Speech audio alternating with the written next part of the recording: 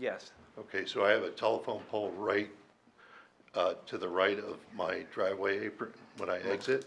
Right. And the proposal is to bend the sidewalk around that pole. Yes. So it's going to bring it closer to my driveway when I exit. Correct, yes. So that's a very dangerous plan. Because when I pull out, I can't see. I've got little kids racing back and forth, and you guys want to change the gravel pathway to concrete, which means the kids on the bikes are going to go faster, the strollers are going to go faster, and it's going to be dangerous. No, if I could, though, I just need to better understand. Both Rick and Sam have reported back that you requested the sidewalk to be there, so I'm just a little confused myself. I requested the telephone pole be moved so that the sidewalk wouldn't bend closer to my exit when I'm leaving my driveway. Okay. This plan needs to be considered more. And we have to ask the Arboretum to do their share in limiting and increasing the off-street parking. And they kind of want it both ways. They want to be a public park, and they want to host private events. And I don't think they should have it both ways. I think they should be asked to adhere to the rules that a Beacon Hill Club would be asked to adhere to. Thank you. Okay? Thank you. Thanks for your time. Appreciate it.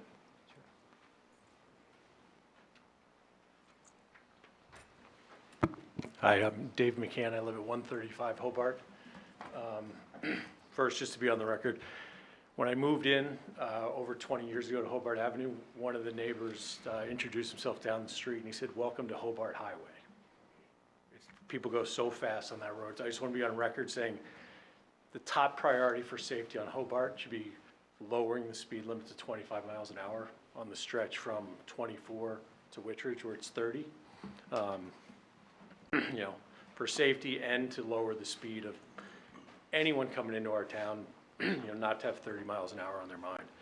Second, I'm somewhat unbiased on the sidewalk because unlike the neighbors catty corner across the street from me and the Paris is next to me, I will not have a sidewalk in my front yard regardless. But what I can tell you is the bottom of ridge between our driveways, my driveway and the Paris's, is the most dangerous spot on Hobart Avenue between Whitridge and 24. If you put a crosswalk there, somebody will die. A child will die, someone will die. Cars come around that bend so fast. Trees, no trees, there's a bend. People talk about delivery trucks, lawn care trucks. There is no visibility. I don't know what visibility these folks are talking about. Come sit in my driveway. Sit in my driveway for an afternoon. I invite all of you to do that. It is the most dangerous turn on Hobart Avenue. So if I want to make sure I'm understanding your comments correctly, that putting the sidewalk project for Hobart Avenue is you're in Hobart favor Road. of that? Road, Hobart Road. Excuse me, it says Hobart Avenue here, but it's, It's Hobart Avenue crossing Hobart Road. okay. Yes. Okay, thank you. Yes. Between the two options laid out, the Hobart Road intersection makes all the sense in the world. The Ridge is the most dangerous example of, you know, a threat to public safety I've seen in a long time. Thank you. Council President, may I make a comment? May I make a comment? Mr. McCann, real quick, the one thing I wanted to mention, and I completely understand what you're saying, and that's what I was trying to articulate earlier, is that is one of the most dangerous intersections. We all live there. And my concern is even past that intersection, if you get out your tape measure, there's not a lot of, and I sort of think maybe the Hobart would be the better option, but if these cars are flying around that corner, and I am so concerned that Hobart may not be the answer either, Hobart Road, and that's why I think we should look at, look at this straightaway here. I mean, I said of those two options, Yeah. I think probably the most sensible option would be, you're saying to move it up to Beacon Road? Up, yeah, almost right before Beacon, like Or up 10, closer to the Arboretum. right. I don't know if that's possible, but Yeah. there's so much straightaway there. You can just see it. I sat there today, it's gotta be, I don't know, I just think we should relook at that area, to your point. Yeah, I mean, that would alleviate also, I mean, there's a lot of people that park on Beacon Road, they park on Hobart Avenue, north of the do, Arboretum. Beacon. And all those folks, they're not gonna walk down to it's a really good Hobart point. Road, Well, to thank then you. walk back to the Arboretum. Thank you. I saw Director Schrager looking like he wanted to make a remark, and so thank you, and thank you, Councilman Hamlin. Yeah, if I could, through you, Council Please. President Pro Tem, and just responding to Councilmember Hamlet's, now I better understand what you were saying earlier. So what you're suggesting is actually a mid-block crossing, because it wouldn't be Yeah, at unfortunately. an intersection, which does come with some more challenges that we did look at, but mid-blocks definitely are more difficult to install.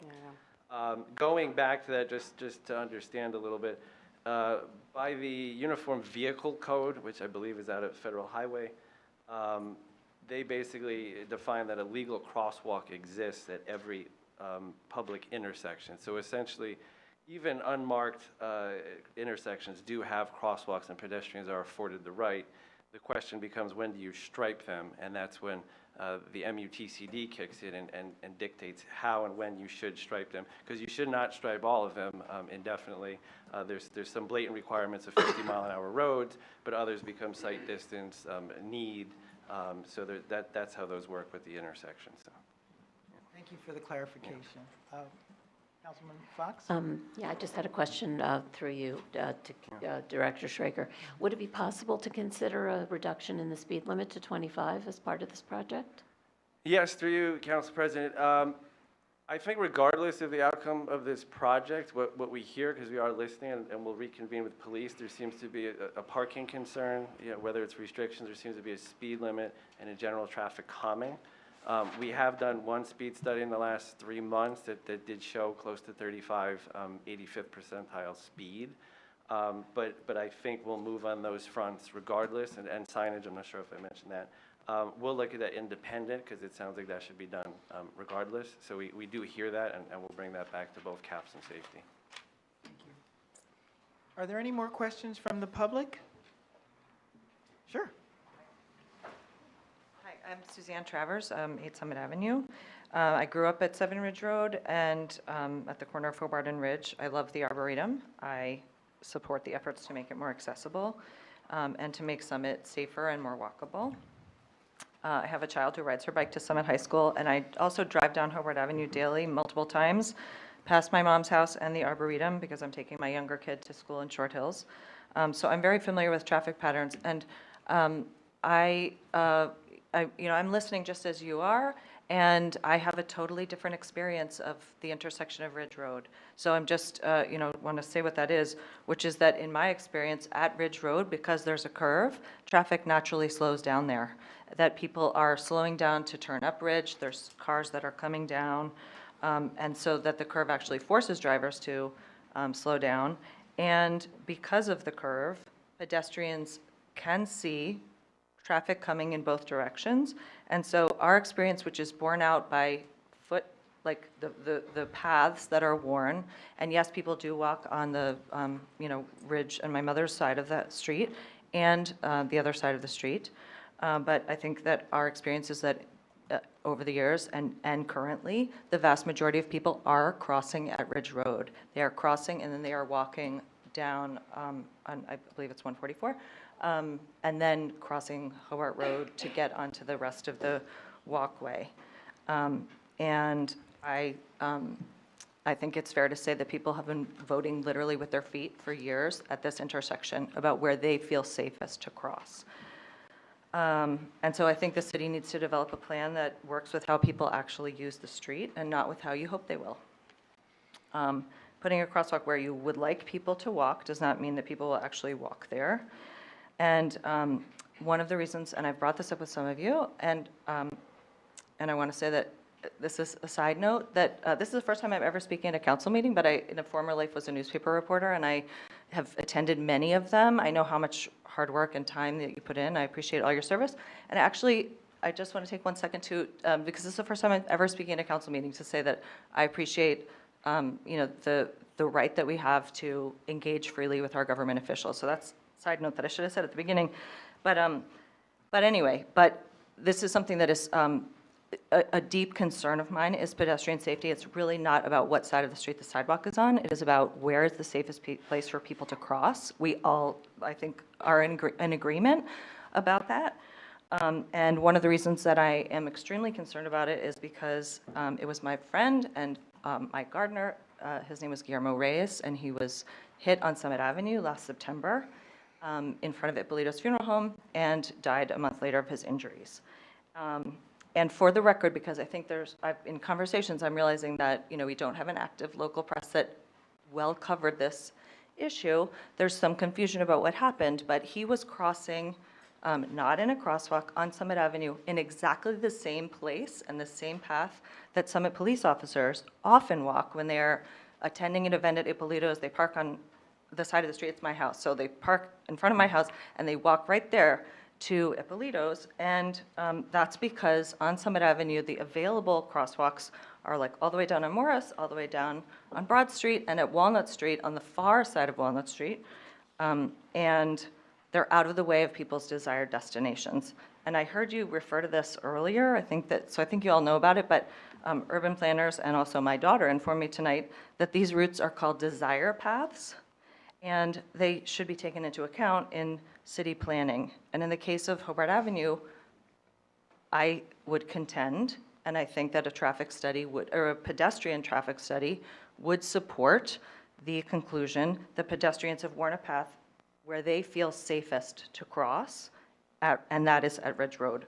So I would just, in addition to the sightlines that you of course have to consider, urge you to factor human behavior into your calculations. Concluding, I hope that the council works to make any crossing of Hobart Avenue a safe one for the whole community for a long time to come. And to me, that includes not only the flashing beacon, but orange safety flags for pedestrians to cross the street. My experience is just that they are also a visual cue for drivers.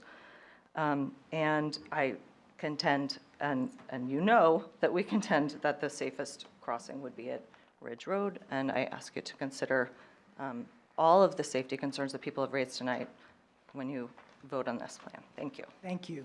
Thank you very much. And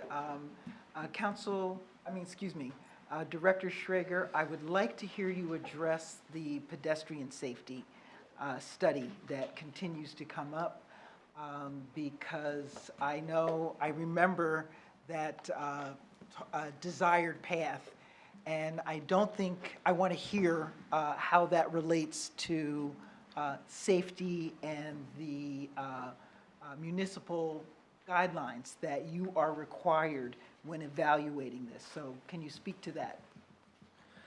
Yes, and I'm not overly familiar with that as I'm not an urban planner, but the general context is that humans will, which are becoming increasingly more unpredictable lately, that humans are essentially walking where they most desire. And in this instance, there has been some reports of people crossing at Ridge. You've seen it. You've seen people crossing, jaywalking illegally all up and down Hobart Avenue or anywhere, really. The city, if desires to install a crosswalk, has to pick the area that is the safest for pedestrians, even if it's not where they're crossing. A good example would be Summit Avenue coming out of the Broad Street garage. I mean, clearly about 10, 15 years ago, people were just running across there. That was not an area to put a crosswalk, and unfortunately a pedestrian was killed there, which ultimately resulted in a fence being erected. So the desired path there was not necessarily the best path, and clearly, unfortunately, it took someone's life. So it's a similar situation here, where just because they're walking there or crossing there, does not mean it is the safest path. And the city has to identify which one is, and with the site obstructions, it would be over at Hobart Road. So thank you for that, and I guess I mixed you up in terms of not the desired path. I was interested in the pedestrian study. I haven't ever heard you talk about a pedestrian study. Yes, we have not done a formal pedestrian count at this intersection. The numbers vary throughout weather, if you have an Arboretum event. So it's not something like traffic where you can get an average, a daily traffic load just based on routine. It does spike up and down. It spikes with school. So we When don't. do you conduct those? It generally would be, and we have not, we've done them downtown just to get pedestrian movements, where you have a very high volume of continuous pedestrians. Typically, they're done, we don't have the equipment now, you would hire someone who has the camera set up who could just watch an intersection for extended periods of times. We used to do them by hand physically, so, I mean, you essentially have to put someone there for a week sitting on a chair counting people. Thank you. Thank you. Councilman Allen? Thank you, Council President Pro Temp. I have a couple questions, a couple statements, and then a couple questions. So I'm glad to hear that we would contemplate a lower speed for Hobart Avenue. I just want to make sure that that's clear, that I would absolutely advocate for lower speed anytime. I'm hearing that we would not contemplate extending the sidewalk closer to the Arboretum. Is that correct? We would not contemplate that? Yes, through you, Council President, what Councilmember Hamlet has suggested would be a mid-block crossing. So it's not at an intersection that has a lot more criteria, and it's harder to meet the warrants to do that, so. Okay. Significantly harder? We could take a look at it, Okay. just to cross it off, but it is definitely, you know, it's easier to install them at a legal public intersection then. Okay. We do have some, like at the promenade is one, and there's a few other areas, but typically you look to put them at intersections. Okay, I would say, just my opinion as a resident and non-engineer, I feel like it's not a bad idea in the sense that it's a destination. So while it's in the middle of the road, as a destination stop, it would make sense if you had a big wide crosswalk with lots of lights. So, but that's great if you're willing to look at that. I don't know how that would affect tonight. That's the only thing. Is that something that would be considered, if we voted yes tonight, this passed, would that be something you would consider? Or is this totally out of scope of the RFP? If it's a matter of just moving the crosswalk, you know, 50, 100 feet further down, it's a function of what it actually entails. Because if you start getting into 200, 300 feet, that's vastly changing the scope of the project. Okay. If it's just a little bit, and we could just take a quick look just to verify, but if it's major and it's moving at 300, 400 feet, that would change the scope drastically. Okay. And then I really do, through you, Council President Pro Temp, I do want to speak directly to Mary because we were there today at the House, and I hear your concern, but what I've heard tonight from me, and I just want to say this personally because it's important to me, what I hear that's most concerning to me is that a crosswalk at the bottom of a hill, I didn't think about it when we were at your house today, but I would be concerned with people coming down the hill in bad weather and kind of plowing through that crosswalk. She has a question. She wanted- Okay. And that they always use. Oh, okay. All right. And we haven't had any issues? There's a crosswalk at the bottom of Ridge Road, crossing Ridge Road, that is used by thousands of people per week, especially Arboretum visitors. I'm sorry, I'm sorry, you have to come to. Oh, yeah. Sir, You can't hear we you. can't They have can't back hear and you forth. online. Come. They can't hear you online. Aaron can say Susan, that. come up. Let Aaron show. Yeah. I'm sorry. I No, no, it's okay. interrupt you, and I hear that you're speaking to us, and I appreciate that. Yeah. It was that crosswalk. Okay, but that's on, oh, I see what you're saying. Yeah, that's Yeah, I existing. see what you're saying. That's already in existence. Okay. Okay, I just, and no one's been injured when, yeah, okay. I'll keep going. So that was a point of concern, just listening to that. One question I had is, and not that stop signs are always the most popular, but I just have to ask this question. Would we consider putting a stop sign to literally stop people so that they're not plowing through? Likely does not meet any of the warrants for it, because you have, Ridge Road is far, well, we did put one up at Whitridge. Whitridge and Hobart are more comparable roads than Ridge, but likely does not meet any of the warrants to do so, so. Okay, Yeah. okay. All right. And then my final is code for parking. Is there any way to find out, since it was brought up through you, Council President, there a code for Arboretum parking? It would be great to understand that, because, oh yeah, go ahead. Are you asking that of? I'm asking broadly, is there a code for parking for Arboretum? Like, is there a maximum that they should have? So Referencing. who would answer that? Is that your question to, because that's a zoning question, and we can get back to you on that, Councilwoman Okay. Conlon. Yeah, we'd have to get, it's very gray because it's technically city land, but it's leased to someone, but they're not before us with an application to require them to do more. Is there specific parking requirements for arboretums? It might just fall into club or park or something, but we'll have to get back with a formal answer. Yeah. Please, I see we have a member of the public who's asking. We're going to let her go first, Mary. So, hello, my name is Monica Richter, 11 Fernwood. The name might be familiar because I wrote to council 3 years ago when I was a member of the board of Reeves Reed Arboretum. It was under duress that we were sending that letter to you all at the time, 3 years ago already, because as our governing accountability, we were so appalled at the traffic, the pedestrians trying to get to this gem of a city property, as was just confirmed, and it is so unsafe. So my request today, in my book of business, where I work, we have something called analysis paralysis. This has been gone over and over and over for years. You've had the engineer out so many times. Yes, there are other things coming up tonight. You can put in a new speed limit. You can talk about parking at the Arboretum, but it's an historic house on historic grounds. We'd have to investigate that. The fact of the matter is we still do not have a sidewalk. There are 100,000 people that do come. As the letter stated 3 years ago, this is a problem where someone will die. I had submitted a photograph to Councilwoman Hamlet. I'd like to show that, or you could pass it around. We have wheelchairs, strollers, bicycles, kids in the street every day coming to a city property. It's about the sidewalk, please.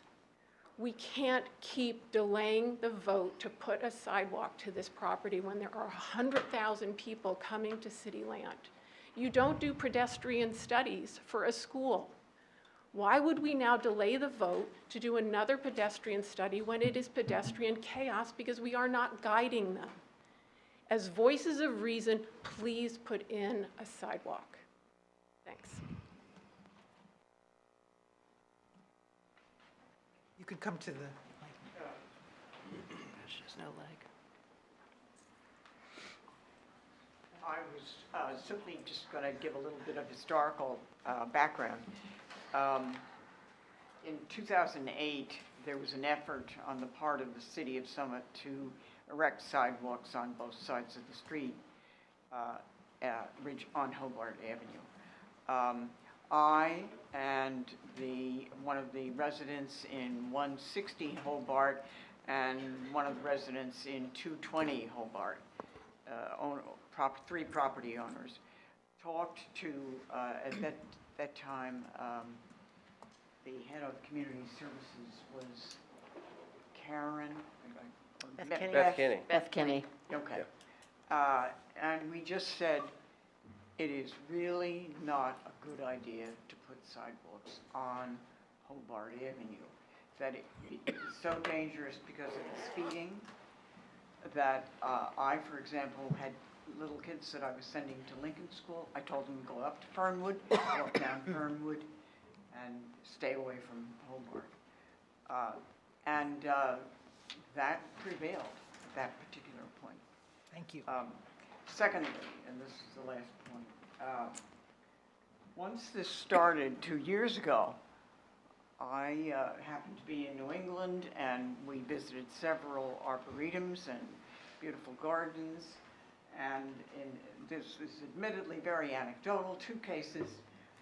One was Rye, New Hampshire, where a former governor of New Hampshire had an estate When he died, it was converted into a beautiful Fuller Gardens. I recommend that you all go there. And if you look at the map, huge parking lot right in the middle of all of those gardens. The second example I took was from Falmouth, Massachusetts. Spores Gardens was the name of the place. And that was deep in a kind of wooded area bordering on the water of Cape Cod.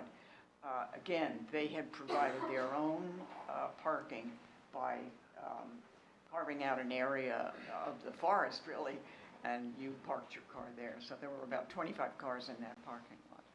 So if we could possibly mitigate the parking situation, that would be great on Hobart Avenue, especially for these events.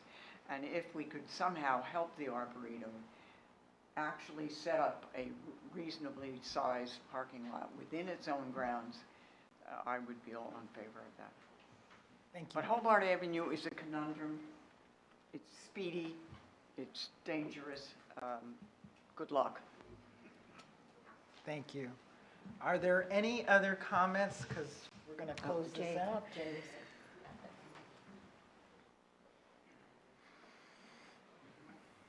I'm Jay Brinkerhoff. I was the signature to that letter that Monica wrote a few years ago as an officer of the Arboretum. Jay, I think you're going to need to put the mic up so we can. The thing you need to understand is the most dangerous activity is at events at the Arboretum when people use the street. They walk in the street because there's no sidewalk to push a wheelchair. You can't push a stroller in the heavy gravel that exists on the east side. If that was paved, those people who are currently walking in the street, the most dangerous activity, would go away. Yes, it's busy. Yes, the street, people drive too fast. But we can address the single most important danger, and by building the sidewalk and getting those people who are on bicycles, with strollers, with wheelchairs, onto a sidewalk and not walking on Hobart Avenue. That's what we need to talk about. And I want to make one other point. The notion of moving the crossing further north, there's a hill there. It's a straightaway, but there's a hill. You don't want to have a crossing near the hill as you rise up and then come back down. Sorry. That's not. Once that gets investigated and looked at carefully, I'm sure that will be rejected. A sidewalk near the top of the hill provides no visibility in either direction. Sorry. Thank you. Thank you. Council President, can I make a comment? A brief one? Sure. Yes, thank you, Jay, for your comments. And I would say, I don't know if, Aaron, you feel like getting up and showing it on the Google Maps. I completely did not think it would be possible either. And I would say that as many of you might have been listening to this topic for the last 3 years, I just learned about it 2 or 3 weeks ago. So by the time I actually get to speak with residents, spend time with Monica, talk to the Parises, talk to the McCanns, talk to 155, talk to Mary, it does take a long time to do the right thing as a new council person. And I would ask for your patience. Sometimes asking questions doesn't mean you're against something. You just want to make sure that you're doing the right thing. So this is the straightaway that I'm talking about. And Jay, actually, take another look at it, because I thought the same thing as you originally. But when I live at the bottom of Beacon Road, and I will tell you on Daffodil Day, everybody parks on Beacon Road, goes up Hobart. This straightaway is worth looking at for the simple reason that you have probably 30% of your cars parking on Beacon Road. A lot. I mean, they wrap around all the way down Fernwood. I see it. I live there. And I would just argue that where are those people crossing? They're not going to go to Hobart or Ridge. They're just not. And so I'm not saying one. I think it is worth looking at. That's all I'm saying. I see what you mean, but the bend around Hobart is the bend around the Parises is so dangerous. I live there, and I just think we should just think about it a little more. When are the bids due? What's like the drop dead day? Do we have 2 weeks? So the bidding law gives you 60 days from the date of receipt of bid, so which that expires before the next council meeting. So if there's no action taken tonight, we can request from the bidders if they'll still honor their price for a certain time period. and then they have the option to do it or not do it. Thank you. Yeah. So if we're not going to have any more comments, I would like to change this, Madam Clerk, to a roll call vote. And Ready? yes. Ms. Allen? Aye. Ms. Fox? Aye. Ms. Hamlet? Nay. Mr. Maker? Solid points on both sides of this, but aye. And President Hairston? Aye. So we have 1, 2, 3, 4. Okay, passes. Okay. And this resolution passes. And now, ready to move on to the consent agenda. Is there a motion to approve the consent agenda? So moved. Second? Is there a second? Second. Thank you. All in favor? Aye. Any opposed? Okay. We are now moving on to the point in the agenda where members of the public have an opportunity to comment on tonight's agenda. Not agenda. Excuse me, not agenda, items that are not on the agenda. And I am going to, I hear my council member Minigar asking to speak. I'm just going to ask if there is a chance that we could take a 3-minute break. It's at the 10 o'clock mark. I thank you for reminding me of that agreement. So let's be back here promptly. A 5-minute break, that would put us at 10:05. So that means quick moving to the restroom.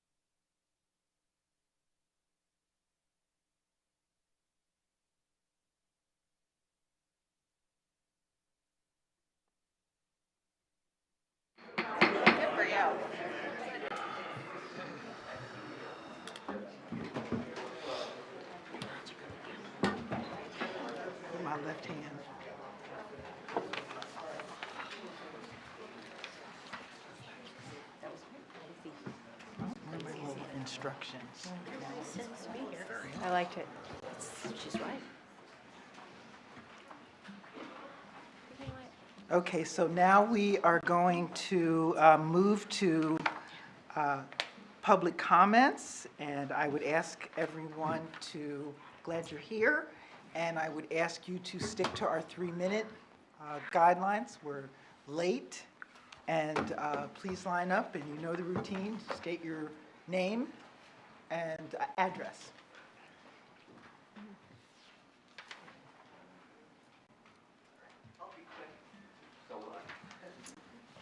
Bonnie Morrison, Rotary Drive. Could we please get an update on paving of Summit Avenue, Division Avenue, and Park Avenue? Thank you. Summit Avenue, Division Avenue, and that, did you say Morris? Park Avenue, okay. David Naidu, 100 West End Avenue. I saw in the news that with regard to the former Celgene East campus, we're going to have a new tenant, which is a spin-off of Johnson & Johnson. As we all know, or people should know, about 82% of our taxes are paid by residents.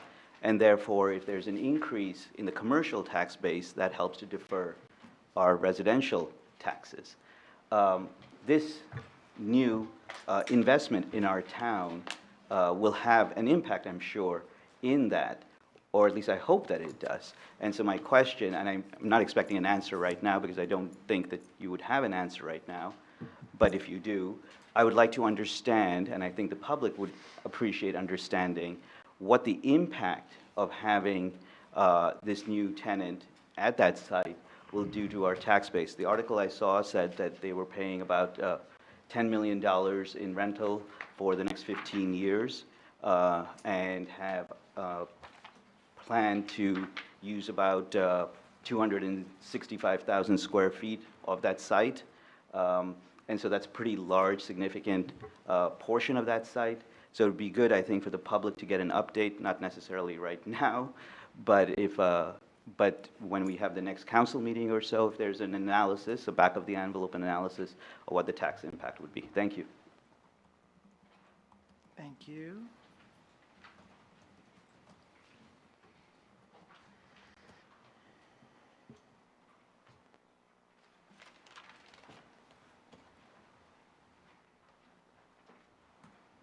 Hi, everyone. Tracy Keegan, 15 Sweetbriar Road. Before I make my comments, I just want to quickly send out a big thank you to you all council members and city employees alike. I know how hard you work on behalf of our city, sometimes very long days, 1:30 in the morning, I've heard. And so I want to know that you to know that your hard work does not go unnoticed and that it's much appreciated. So thank you. Now getting to my comments. We have just heard our city administrator indicate that the actions of our common council were legal when it comes to the closure of Maple Street in 2022. The presentation made clear that even though the process might be difficult, it is legal to close down Maple as long as we do our due diligence.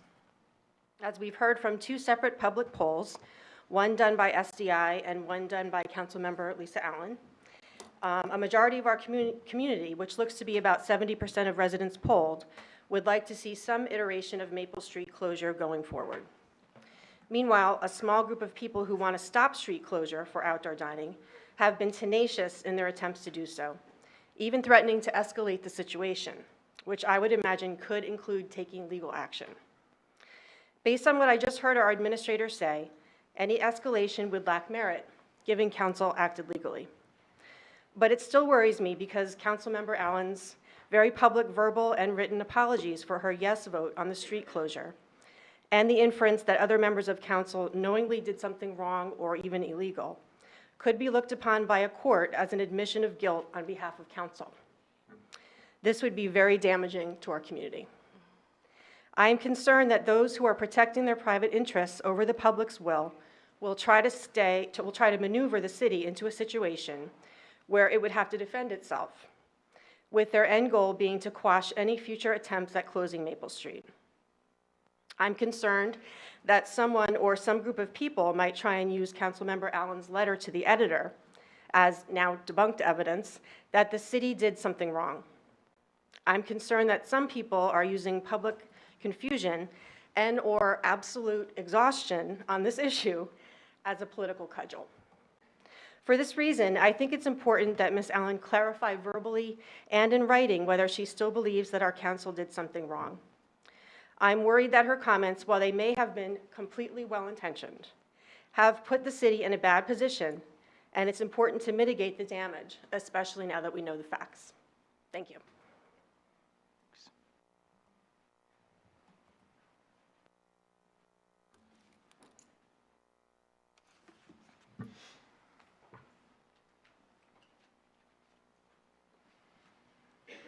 I'm glad it's not 2:15 the next day.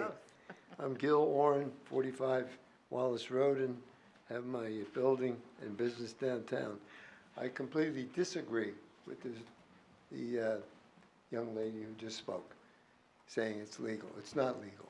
There's been a mistake made that was acknowledged, and an apology and accepted. There's no question in my mind that a DOT approval was required when we started. And in my timeline, that was acknowledged before the pedestrian mall was considered. And the application, there was a statement, the application would be made for the DOT, but it was going to take time. In the meantime, pedestrian mall was pursued. The statute is very clear. It was illegal not to go to the DOT and get approval. It wasn't legal, this process. And then there's no question you can't use another town's application to say, well, that's similar, so it's okay, we can just, we'll go along with this until something happens. In August 2nd, the DOT made it clear that approval was required. No question about it. It's very clear in my timeline. And then nothing was done. August, September, October, November, we continued without applying or without stopping. So let's clear the record. Let's do that right now. Right. Mr. Oren, let's have our attorney respond to you. Well, Well, you know what, before you do that, let's hear the comments, then I'll respond. Okay. I'm not gonna get in the back and forth. Gotcha. Thank you. I'm taking notes. well, I will submit my timeline, okay? Council President Pro Temp, I would just like to say that it's been made clear that we as a council are not going to speak. So I've been addressed directly, and I just want it to be clear that we have made a decision as a council that our council is going to answer that. As best I can, as long as it's before 2 a.m. And when will that be? As long as it's before 2 a.m., if it's after 2 a.m. 2:15. All right, you're on. Can you answer them so we know? I'm gonna hear all the questions, I'm gonna try to do it once.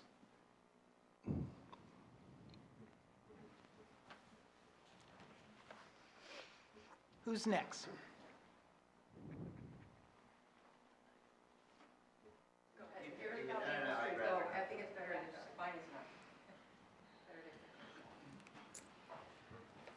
All right, Kevin McGoey, Woodland Avenue. I'm really confused now. Michael, you're the man. I appreciate, you taking responsibility for this, but, it's not your responsibility. I thought you made it very clear that we thought that we didn't need DOT approval under the pedestrian mall, but in August, it was very clear that we did need DOT approval. We needed to submit the ordinance to the DOT, as Milburn had done in July when they got approval. It's very clear. I think that in your comments, I haven't read your comments, you mentioned the Special Improvement District. Under Title 39, it's clear, there's no exception for the Special Improvement District. I am interested in hearing what you're going to say. But, so I think that you unequivocally said that we were supposed to get NJDOT approval. We never got NJDOT approval. It was a mistake originally, and then we found out in August that we needed to, and we knew we didn't have it. That's really the problem. But whatever, these are mistakes, and mistakes happen. And there's been a lot of mistakes over the last couple of years. And again, I didn't get involved with Maple Street. I didn't even listen to it. I don't even think you probably paid attention to it because we were embroiled with what was going on with Broad Street West. So that's why I know that like you really weren't involved. And Aaron, nobody's trying to skewer you. We were just trying to understand how people didn't know. And Mayor, you knew in August that we got this, that we were supposed to have submitted it. And then it was, well, what do? We close it. Nobody's complaining. Everybody loves it. That's really where it gets a little complicated because now we know we didn't do what we were supposed to do. But the law is very, very clear. We needed NJDOT approval to do this under a pedestrian mall. Now, the other issue that I had was, and I sent emails to everybody on council who voted for it at the time, to understand the ordinance that was written was very clear, right? And Mr. Giacobbe, on March 7th, you talked about outside of an executive order, there's a lot of studies and things you need to do in order to close a public roadway. And there was the executive order we've established expired. So 2022, we needed to do all those studies. On March 7th, you made it very clear the city's never done the studies. So my question is, when you read that ordinance, it comes to conclusions that many residents, lawyers and building owners and everything else presented before you guys voted. I went back and watched this just to understand really. You had people explicitly telling you the legal issues with the ordinance you were signing into law. Okay? So my question is, Mr. Giacobbe made it very clear that he understands to close a public roadway without an executive order takes a lot of studies and due diligence. But he also knew that we never did it. So did he opine or did anybody opine on the legality of the ordinance you were putting into place? Because it's troubling. And that's what I think Ms. Allen was referencing in her apology. She said, look, I screwed up. And saying you screwed up is not going to expose the city to any liability. What exposed the city to liability was improperly and illegally closing a major thoroughfare without any kind of safety studies, without any kind of due diligence. That's what exposed the city. It doesn't matter. She could say like, whatever, it doesn't matter. If somebody sues, it's very clear. They're going to look at the facts, and the facts are very simple. The law is very simple. I'm very interested in hearing Matt's analysis to it. But I mean, if we're going to stand now at this point in time, and this is important because this, again, this goes back to Broad Street West and what happened there. If we just would have listened to people, if more people would have done work, and I understand that you guys are very, very busy, but, you know, and again, I don't want to get into personal accusations. You all have to understand that there was a real lack of knowledge about the project as a whole by a lot of you. But you were convinced that this is the right thing to do. And when people tried to inform you and help you not make a mistake, and that would have been the biggest mistake in decades of Summit, if not history, if that building was built. And I think we all know that now. But it wasn't one of you who decided to spin this around. It was Michael. And it was off of one piece of information. And I don't even know if you all know that. I mean, I know it. Some of you know it. I know you know it. I know you know it because I told you. I don't know if you know it. I don't know if Andy knows it. You think you know it. But it's concerning because you keep having these big mistakes. And then, you know, Marjorie Fox, you were like, what do people mean about process? You keep making mistakes because you're not informed. You're not doing this intentionally. Like, I don't think you're out there trying to make mistakes.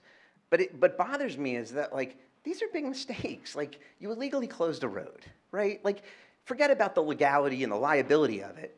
What if somebody lost their life? When I went back and looked at what the fire chief said at the time, he's here, go back and look at what he said. He said, like, you know, people talked about response times, and he said, yeah, you know, if there was a fire in one of the buildings, yeah, I mean, that would be a problem. That would slow things down. But that's not even a safety study. That's just saying if something happened there. So, you know, you really did put people at harm unintentionally. Like, I'm not saying any of you meant to do this, but it's if you would have followed the law and if you would have followed the guidelines and done the work, you would have realized some of the risks you're exposing people to. And, you know, we can talk about, like, Wrapping it up. Yeah, no, I know. We can talk about the number of mistakes, but I think the problem with this is that it's not political. It's really not. Like, I voted for all you people. I wish you all were Republicans so that I could feel a little bit better about myself here and I wouldn't be attacked by certain people in here. Chief, you may need to walk me to my car. So, like, just to reflect on it, like, the issue is mistakes keep happening for the same reasons. And then when people try to help you, your decision's already made. You don't listen. Like, at least that's the impression of a lot of people, because when I see people make comments, I've told you guys a lot of things, and that it was dismissed. Gil Oren, Tony, there were a number of people, and I can send you guys video clips because I went back and put them together, specifically telling you issues that are the problems with this. And Aaron, it's not you. You're just trying to do something, and you try to do the best. Thank you, Mr. Yeah. McGoey. So. Thank you.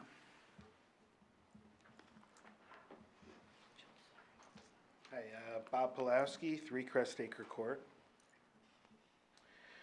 We saw a slew of letters to the editor this week calling for civility, accusing residents of manufacturing issues just to complain, admonishing that our children are watching, and generally suggesting that certain residents need to get with the program. If we truly care about Summit, we will continue to ask hard questions. Hard questions can be uncomfortable, but still perfectly civil. And more often than not these days, hard questions are necessary. We must be free to question everything, or we will learn nothing. Healthy discussion and open discourse drive great ideas. Our city is at the foot of the dais. We are engaged. If we were not, had our community simply stayed in its lane, we would have a nightmare at Broad Street West. It's not hard to see why this council has lost the trust of so many in Summit. Our simple and straightforward questions to council routinely go unanswered. And when council does answer, its answers often change from meeting to meeting. Our last Maple Street closure is the perfect example. After the DOT rejected our resolution for a seasonal closure, council passed an ordinance, including some questionable conclusions. The community asked whether the council did its due diligence in drawing these conclusions and whether it secured written DOT approval. Council repeatedly said, yes, of course, we would never close a street without doing the work and getting all the necessary approvals. Council told us that if we didn't do everything we were supposed to do, DOT would never have approved our closure. Council said it would produce the written approval, but it couldn't because DOT never approved. Then, council members told us on Facebook Live that just because the city didn't get written approval, it still had DOT's blessing, suggesting some kind of verbal approval. But there's no such thing. Then, council president told a resident in an email that when the city told DOT we intended to close Maple Street, DOT neither objected nor tried to stop us, so it must have been okay. Does anyone really believe that the state of New Jersey deals in affirmation by silence? Now I hear some are claiming that we didn't even need DOT approval for the closure, even though the council proclaimed that very need in at least 4 resolutions. Whatever are the answers, we should have known them before the first table hit the asphalt. If we didn't, there's a major problem with our processes. If we did and ignored these longstanding and straightforward requirements, that's an even bigger problem. Either way, residents have good reason to ask questions. Some LTE authors characterize the community's questions and its resistance to the last session's vote on the continuum of care as anti-COC and cruel. This is a gross mischaracterization of what happened, and I urge everyone to watch the meeting on YouTube to see for themselves. Those critical were critical of the timing of the council's vote, namely because the council could not answer simple questions and kept changing the answers that it gave. One meeting, council told us we had to join immediately because money's available now and we need money now. The next meeting, the council told us we weren't even planning on taking any money, we just wanted information. Council told us we had to go to meetings to get information, and we needed to join the COC to attend the meetings. But that wasn't true either. The COC said council members absolutely could attend without joining. Whether these inconsistencies are accidental or deliberate, we have every right to question them. When did it become uncivil to ask tough questions? Our children are watching. We do them a profound disservice when we stay in our lane and go with the program. We must teach our children to ask questions fearlessly, to demand honest answers, to learn, and to think for themselves. And Summit deserves no less from this council. One more thing. I spoke to Jamie Applinger last Friday, and I asked her whether DOT approval was required for a road closure in a special improvement district. There's no exception. She said no matter what, if a town wants to close a road, they need DOT approval. Thank you.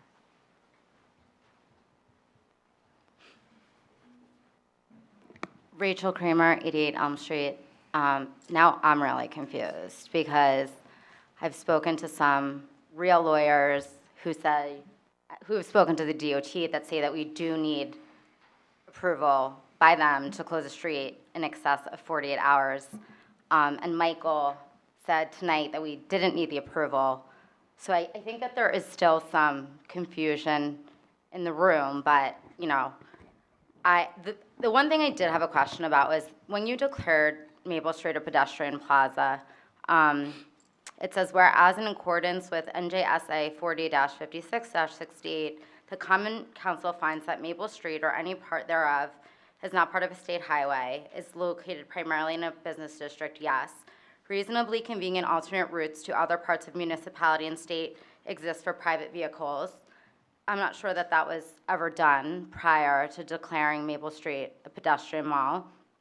The continued unlimited use of Maple Street or part thereof by private vehicles may constitute a hazard to the health and safety of pedestrians.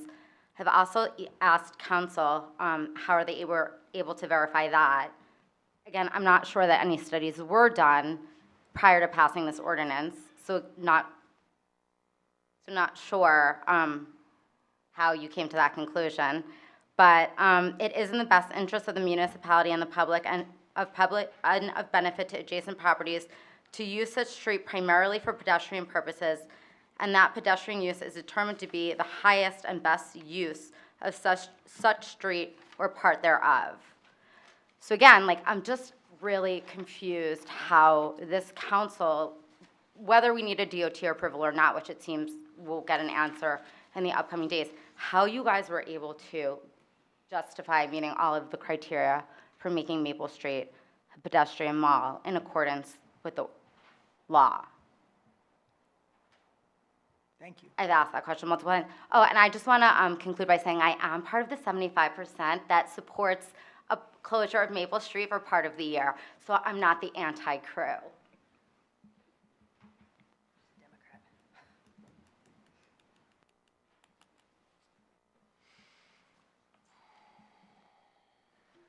Hi, Miriam Zahn, 65 Woodland. Thank you for, taking everybody's questions tonight. I think there is, shows there's a lot of work that everybody has to put in to get to the right answers here. And I'm here asking for Summit to do some work as well about a different subject. So we had a lot of rain over the weekend, over 3 inches in 2 days, probably 4 inches cumulatively in the last few days. And while that's a nuisance for many, there are neighborhoods in Summit where this amount of rain can be particularly problematic. And on Monday, I spoke to one of the city engineers, and he mentioned that Waverly, Hughes, and the low point between Shadyside and Woodland are among areas where the city is aware of drainage problems. According to the engineer, the city started enforcing stormwater management in 2006, and that coincides with when New Jersey DEP passed stormwater management rules.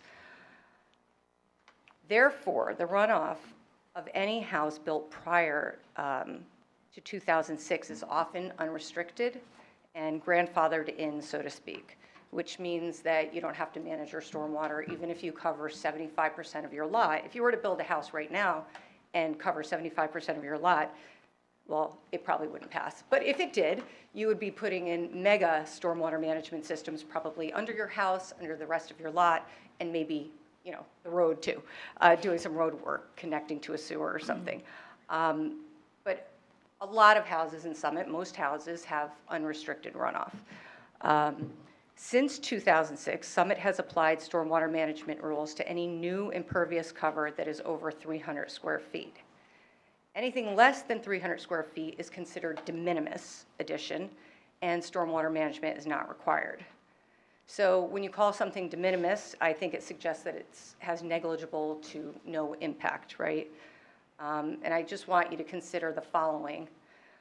When stormwater management is required, Summit's design standard is to provide enough storage to hold 3 inches of rain for each square foot of impervious cover. So that's less than the amount of rain that we got in the last 4 days. 3 inches of rain over 300 square feet, that's our de minimis status, translates to 75 cubic feet, which is 5 feet by 5 feet by 5 feet, you know, put a box around me. You can put 561 gallons in 75 cubic feet. Now imagine you're dumping that 561 gallons of water into an area where there are known to be stormwater management issues. And imagine that this is happening during a heavy storm where this area is already seeing a surge of water. Is it still de minimis? Okay, now imagine that there are 10 houses that have been granted a de minimis exemption for seemingly small projects on their property. All of a sudden, you have more than 5,600 gallons of stormwater that are running off onto someone else's property. The impact of this exempted runoff to the downstream homeowner is not de minimis. And keep in mind that this runoff is in addition to all the runoff that has already been grandfathered in from that existing structure and to all the rain that is already falling on the homeowner's property. So why am I saying this? Well, I happen to live in one of the neighborhoods where there are known stormwater issues, and my house is at a low point and is the collection point for runoff from at least 10 surrounding homes. We have a backyard drain that connects to the storm sewer. The city has told us that the drain on our property is our private drain and not property of the city. Yet, the city has effectively allowed people to discharge additional runoff to my private drain by granting de minimis exemptions to uphill houses. My engineer has stated on record that our drain does not have the capacity to handle additional runoff. Despite this knowledge and a request from us to require stormwater management for impervious cover in a house near us, in 2021, the zoning board granted a stormwater management exemption to a homeowner 2 houses above us. That house has no stormwater management, 53% impervious cover that was already coming and running off to our property. So, like much of the runoff from Shadyside that has been exempted from stormwater management, the runoff generated by this new impervious cover will land on my property. I don't believe that the city should grant exemptions when they put another homeowner on the hook for dealing with a stormwater drainage problem. And that's exactly what's happened with my property and my drain. I also believe that the city should be looking to improve areas where stormwater management issues exist, and I feel like some of that actually might have been part of agenda items this evening, so this is sort of in keeping with that. At this time, I'd like to ask council to take action in 2 ways. One, I request that you modify our ordinance to prohibit exemptions for de minimis stormwater discharges in areas where the existing drainage conditions are known to be problematic. This would help any neighborhood that has existing runoff problems, and you know, I cited 3 in the beginning that the engineer mentioned. The second is I also request that the city takes ownership of my drain, which provides drainage for 10 additional homes. As owner, the city could redesign the drain to include a pump if needed, or resize the pipe in a way that accommodates the runoff that the city has allowed and continues to allow to discharge to it.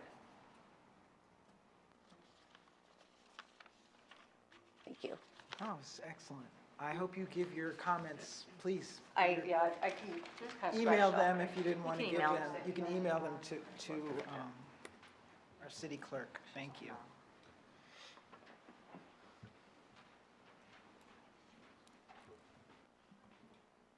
Hi.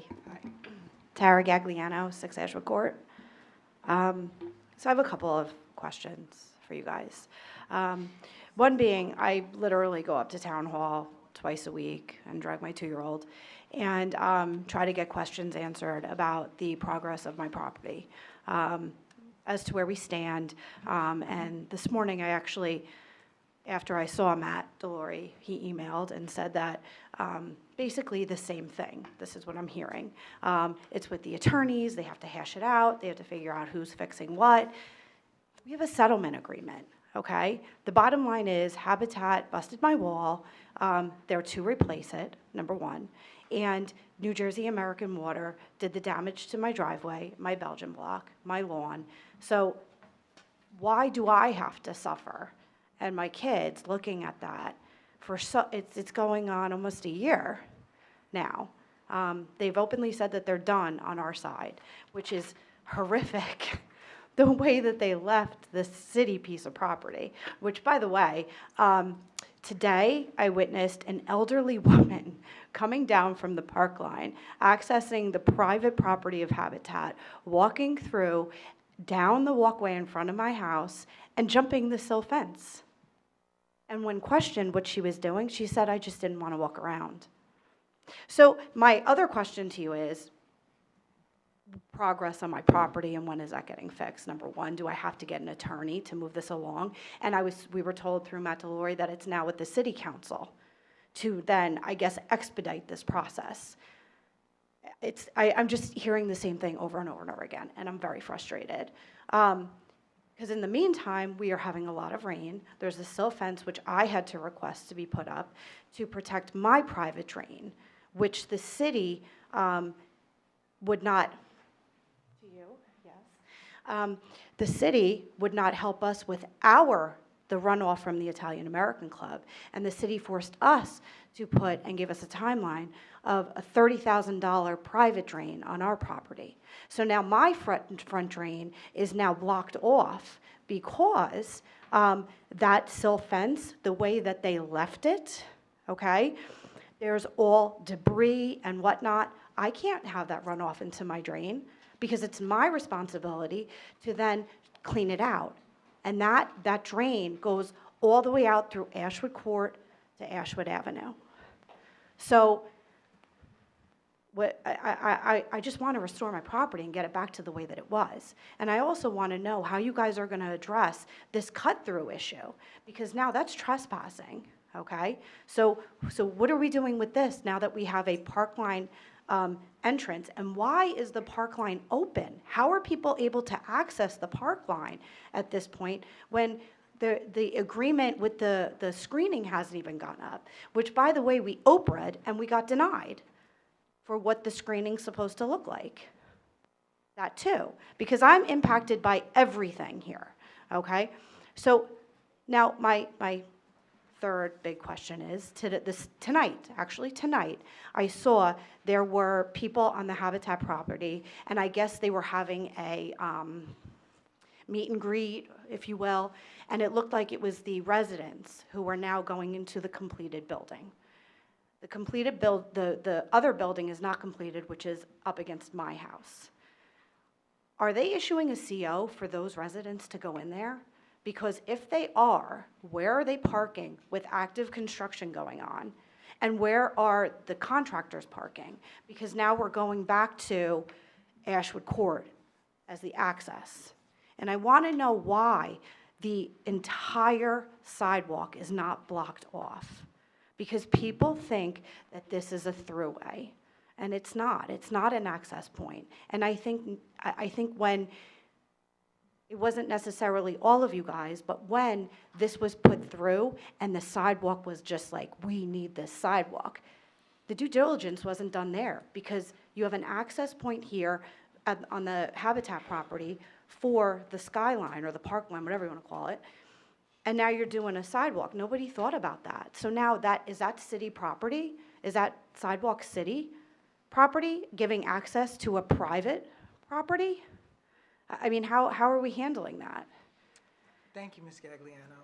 I've written down here 4 things that you're asking for response to that I think we can respond to those. I hope so, because every time I try to ask these questions, and I just want this to end, okay? At the end of the day, I want my property the way it was. I don't want to deal with Habitat anymore. They're horrible. They're not nice. We issued them an easement agreement to help the property get built. And at the end of the day, it's very much similar to the COC, what happened here. Our comments were given, and it was just went to the wayside, and everybody had their decision made. But at the end of the day, I just want my property restored. I want my kids to be safe. Okay, I have a 4 and a 2-year-old, and I cannot believe the way the city property was left. And I don't know who inspected it. I don't know, because it's an engineering issue, because it's not attached to a building, that sidewalk. So somebody had to inspect it. And for them to come and inspect it and be like, okay, this is fine, and leave it the way that they left it, that's disgraceful. So whoever that inspector is, somebody should look into that. We'll get back to him. I know that Matt Delore has been emailing back and forth with you, and he is working on this. I mean, I know he is, He is. but at the end of the day, it's like the same thing. And it's this, like, it's a settlement. well, we'll look into I'll have the list from Susan, and I'll be in the office the first thing in the morning. I'll respond and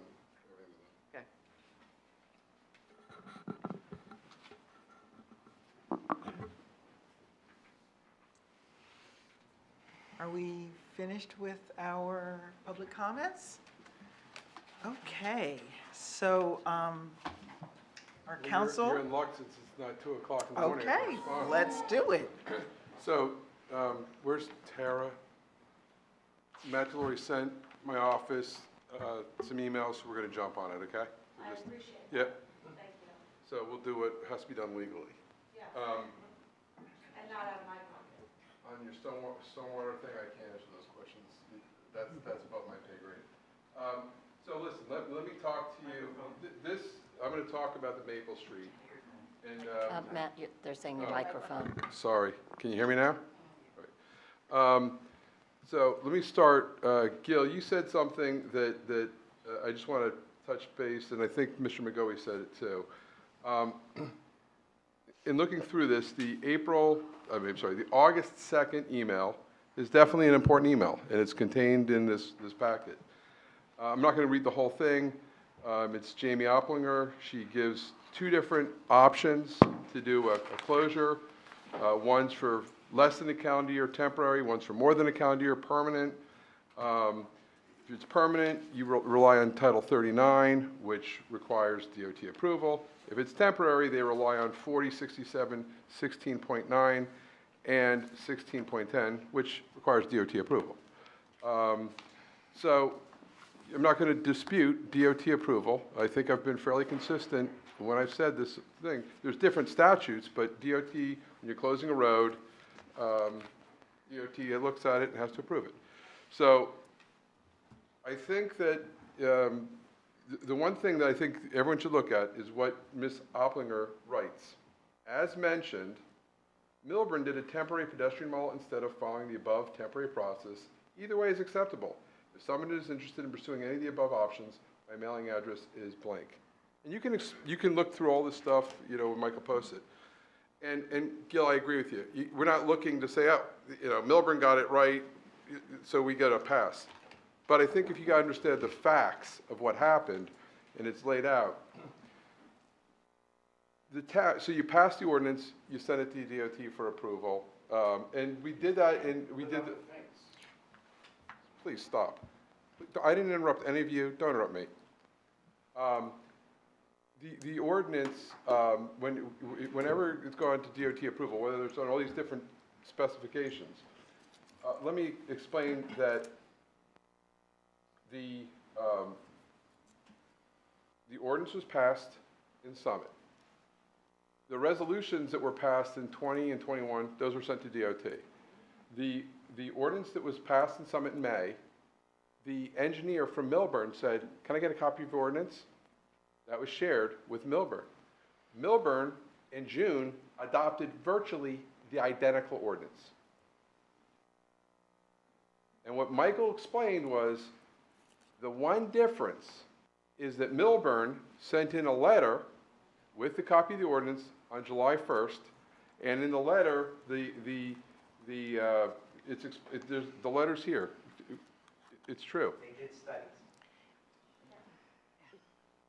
I didn't investigate Milburn, I'm not going to be interrupted. They sent in a letter with the ordinance. And what DOT did approve Milburn's temporary ordinance. The ordinance was identical to, it was shared by the. So putting that aside, Mr. Begoe, you said it right, mistakes happen. And should the temporary pedestrian mall have been sent? Are you do you want to sit up here and give the answers? Because you like to interrupt people all the time. So please stop. So the governing body, when they passed the ordinance, they acted legally. They absolutely, the ordinance itself is legal. The DOT approved the same ordinance in Milburn, almost word for word. It's a different street. You continue to interrupt. You really have to stop. It's, we're adults. So, Mr. Rogers made it clear that on August the 2nd, it was clear that DOT needed approval. Okay? So, there was an omission. Not a commission, an omission. It wasn't mailed down. And would have DOT approved it? I think there's a high likelihood they probably would have approved it, based on what happened in Milburn. But I'm not an engineer, and I don't work for DOT. The reality is that nobody in the engineering department, Michael Rogers' department, nobody did anything to harm people, to have subterfuge and hide things and do it clandestinely. When you look at this memo that Michael put together, you can see that Aaron Traeger was contacting DOT on numerous occasions. And I think that there was a lack of clarity from DOT on how can you do it temporarily. Because the one issue is that the major access permit, that is a very arduous process. You can't do that temporarily. So how do you do it temporarily? And August 2nd, the DOT actually sends back a sample ordinance for them to use and says you can do it any way, you can do it one of these three ways. You could follow what Milburn did. So at the end of the day, DOT approval was needed. It wasn't obtained, but it wasn't obtained, so we're clear, in Milburn. Let me just back up. Milburn passed their ordinance. They closed the road. Excuse me. Milburn closed their road. Almost 3 weeks after they closed their road, Main Street, they sent it to DOT for approval. So they passed the ordinance, they closed the road, they sent it to DOT, and DOT approved it. So I can't predict what DOT, I would venture to guess that DOT probably would approve it in Summit if it had been sent in. But at the end of the day, nobody, if there was a mistake made, that's fine. I truly believe that council didn't do anything illegally. The council passed an ordinance, they introduced, they passed an ordinance, and they rely on their professionals. And if somebody omitted or failed to do something, that's what happened. And so we're not trying to cascade anybody. People are doing their jobs and doing their due diligence. Let's understand something, that Maple Street was closed in 20 and in 21, and it was closed in the same manner in terms of ballards and all that stuff. People the engineering department was consulting with the police and things like that. They weren't just putting up red tape. But it's clear that, and I think somebody made the suggestion, might have been one of the council people, in the future, if there's going to be a closure, whenever DOT approval is done, that'll be included with the ordinance. So that's my statement on it. I'm not taking questions. I answered it. Sorry, I'm done. Thank you. You said you didn't know what Milburn. City Council, Council President, may I ask a question? Mr. McGoey, you cannot speak. You cannot speak. And I need you to abide by that, or you will be escorted out. Thank you. May I ask a question, Council President? Sure. You said something very important just now, and it was a quote from Administrator Rogers' last statement here. In conclusion, the Common Council passed a temporary pedestrian ordinance in accordance with the law. So it's important for me to ask this question now because I think there is some confusion. People have said there is confusion. Did Common Council do anything illegal in closing Maple Street in 2022? What Common Council's job is to pass an ordinance. The ordinance that you passed is virtually identical to the ordinance that Milburn passed that was approved by DOT. So for anyone to say that the ordinance is illegal, well, if it was illegal, why was it approved by DOT, the ordinance in Milburn? That doesn't make sense. DOT approved it. In fact, DOT invites the city in the August 2nd. Milburn did it. You could do the same way. Any of these things work. So clearly DOT thinks that that ordinance and that methodology works. What they are suggesting is that in all these, whether it's under the 40, 67, 16, 9, 10, or the 39, you go to DOT. There's different ways of closing roads. The one difficulty I think that DOT was grappling with is prior to COVID, there weren't street side cafes. We weren't in France or Italy. It really didn't exist. And so I think DOT was grappling with how do we do things on a temporary basis? And as you notice, and when you read the thing from Mr. Rogers, there's a lengthy, Mr. Schrager is talking to people at the governor's office, with the mayor, saying that this permanent access, this doesn't even fit what we're trying to do. And the governor's office said, so my answer is, did the one thing that ultimately on August 2nd we knew we needed to have definitively was DOT approval. So if we had mailed it in, and I do believe that DOT would likely have approved it. That's just my what I'm surmising from looking at what happened in Milburn. But the governing body, the Common Council, passing the ordinance, there's no issue with that. As I just said, the DOT didn't have an issue with the almost identical ordinance in Milburn. And what we did previously in 20 and 21 is you passed the resolutions to close, and then you mailed it down to DOT for approval. So you take the action, you go down, get the approval, and then it comes back. So again, my position is the governing body didn't do anything illegally at all. Did we have an omission? Yes. Should we have mailed something into DOT, the ordinance?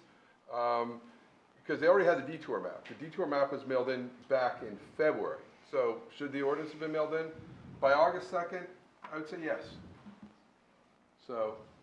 Okay, thank you. But, I mean, people are using the word illegal and things like that. I got to say something. If somebody makes a mistake, it doesn't make it illegal. It's a mistake. And there's a big difference that I learned in law school between omission and commission. And if somebody omits something because they made a mistake, you know what? We're all human. We make mistakes. And I think that Michael, as the chief executive of this entity that oversees all the employees, I give him a lot of credit. He's saying it's on me, and I think that takes a lot. And I think that people should just realize that nobody on this governing body attempted to influence Michael or attempted to influence Mr. Schrager to do something illegal. That didn't happen. I looked into that. That absolutely did not happen. You have administration. These people all work. They all work and they have jobs. They come here at night and they stay till 2 o'clock in the morning. But they work. So the day-to-day operations are run by Michael and all of his staff who do parking and the police and the fire and the engineering. And, you know, so I think that people have to realize that castigating the governing body, and if the governing body made misstatements, I don't think they did it purposely, because I think they were relying on the fact that previously DOT had approved things. So that's my statement. We can agree to disagree if you think, you know, but there's really nothing else for us to do. You know, if DOT thought this was they've been contacted numerous times about this. We haven't gotten a letter from DOT. And again, this happened in 2022. I don't think this will ever happen again. So that's my comments. Thank you, Mr. Jacoby and Councilman Minigar. I believe you got your question answered. Yes, thank you. In one moment, I wanted to make sure in the comments that were raised by Ms. Scagliano, I think we can answer that question about the CO. Is that something? Can I just, Mr. Schrager reached out to me, not Mr. Schrager, I apologize, now I'm getting late. Matt Delory reached out to me about the issue and asked us to get involved, and I would say let's just hold off because I want to look at it and we're going to pursue it legally. Okay. Okay? Okay. So just talk to me afterwards if you want. I don't want to do it publicly, but we'll talk after. But how is that answering the question about the CO for habitat? Ms. Gagliano, what our council has recommended is that a staff person has been in touch with him and asked for guidance, and through our attorney, he will respond Yeah, to you I want to look directly. at everything. I just got contacted. I want to look through the whole thing. Okay, So we can I thought that was just with regard to our property. That's a totally. Okay, I didn't know that. I thought you were talking about. No, I understand what you're saying about the CO. However, the question about the CO. So, Ms. Gagliano, so what I want to make clear for you, the city clerk just corrected for us that it has to come through The question about the COs has to be referred to the Department of Community Services to give him a chance to look into it. There's no way to answer that this evening. Okay, well, I'm assuming that you guys were aware that they had an event today. I can't speak to any of that. I would just defer to Aaron. Okay. And then I also heard another comment came up, and I thought maybe that was from Ms. Zahn. And I was wondering if it was for the zoning board that she was asking a question about. And I wanted to make sure we have that in the record. There was something about approving exemptions. And so, Mayor, I heard you explicitly agree to take this up. Yeah. And so I wanted to make sure she heard that. Yeah, Okay. I was told by the city engineer that actually council would have to vote on that ordinance. Probably, eventually we will. And so, but I think there's more information that needs to be gathered and looked into. And so that's why I'm making sure it's in the record and that you can be responded to. And even if it's something that has to do with zoning, that's not our purview, and we would make sure it's delineated in the proper way. So I just wanted to make sure. And then, since this is going to be, I will have the last word in response to Mr. Jacoby, so Councilman Allen. Thank you, that's okay. Councilwoman Hamlin. That's okay, thank you, Council President Pro Tem. I just think it's a really good opportunity to do a reset here. I think we've all been through a lot of tough conversations, a lot of finger pointing, and I know everybody's frustrated. I know we've all been here since 6:30. But I think that the one thing I'd like to point out is that's why sometimes we have to take our time up here. And that's why dialogue is good. And you know what, like Marjorie and I disagreed tonight, but we actually talked about how we could work together on the sidewalk project at the end of the day. You know, we probably agreed more than we disagreed. But it's really good to have that dialogue. And it's okay to slow the process down and ask questions and really think about things like sidewalks. So I just ask that, you know, we all can agree that it's okay to disagree sometimes. We're typically probably on the same page. But I think it's a good opportunity for a reset. So thank you. Anybody else want to say anything? Because what I just wanted to thank you for giving I would call it a more contextual response. And as I thanked Administrator Rogers for giving a very detailed, time-bound, and clarifying whether there are any legal issues. But the one thing I want to make sure the community hears, because you have people who are coming up and making accusations that are maligning character, and that is not something that is anywhere near the truth, and we want to make sure those little nuances, those seeds of doubt that would make you think a council person would purposely mislead, that a staff person would intentionally omit. And that is the one thing we wanted to make sure that you heard, because we're not worried about changing the minds of the people who will walk up here and mischaracterize responses that are given and give you a little short shrift to make it sound like something underhanded is going on.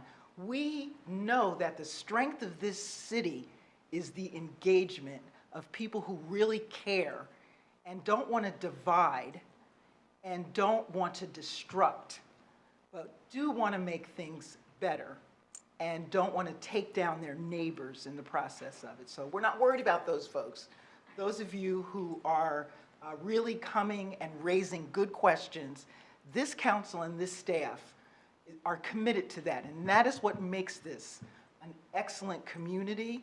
And so I just wanted to make sure that the public heard that, and that unequivocally there was no intent to mislead the public in any way. And so I think that you'll have an opportunity to read in detail, but you have also heard context.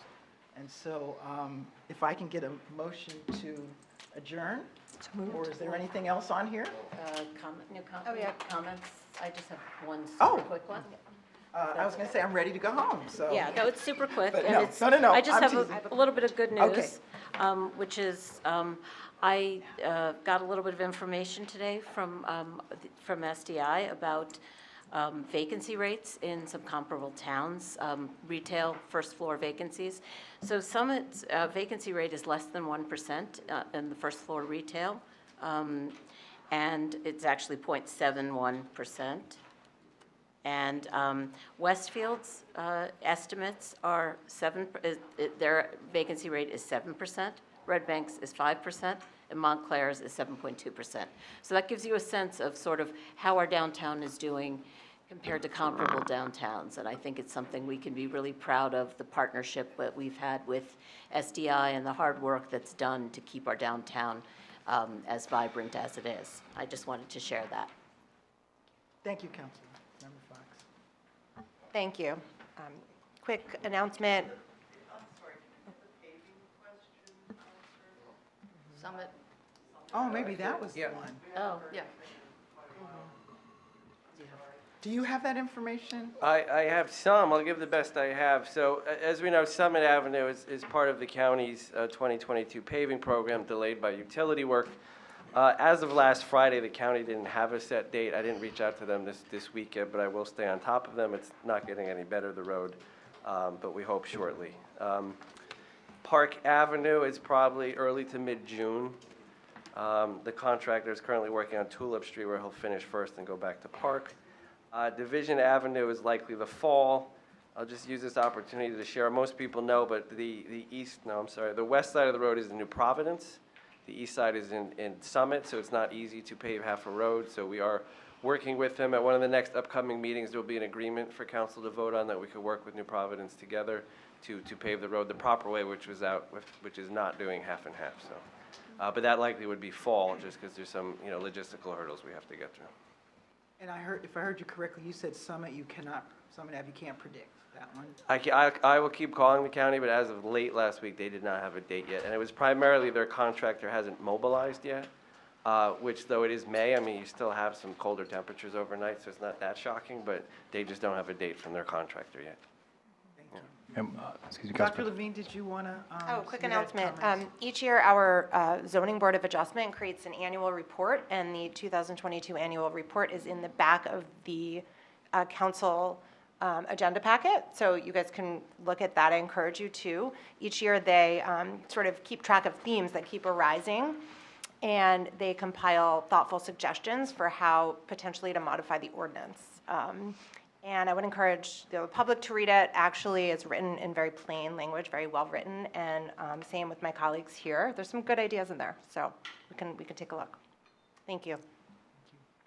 Just real quick from Community Services and Parking, I will send my update in the morning. Actually, David Guida was kind enough to send me a very lengthy update, but I'll save all of you the pain of listening to it tonight. So, but I just want to thank David for doing that, and I'll post it tomorrow. Councilman Miniger, any other comments? No, but I did want to ask about Morris Avenue, because I heard something interesting, which is actually good news, that although there's a 60 or 90-day settling period for that, we heard from the gas company, that it's going to happen after schools are closed.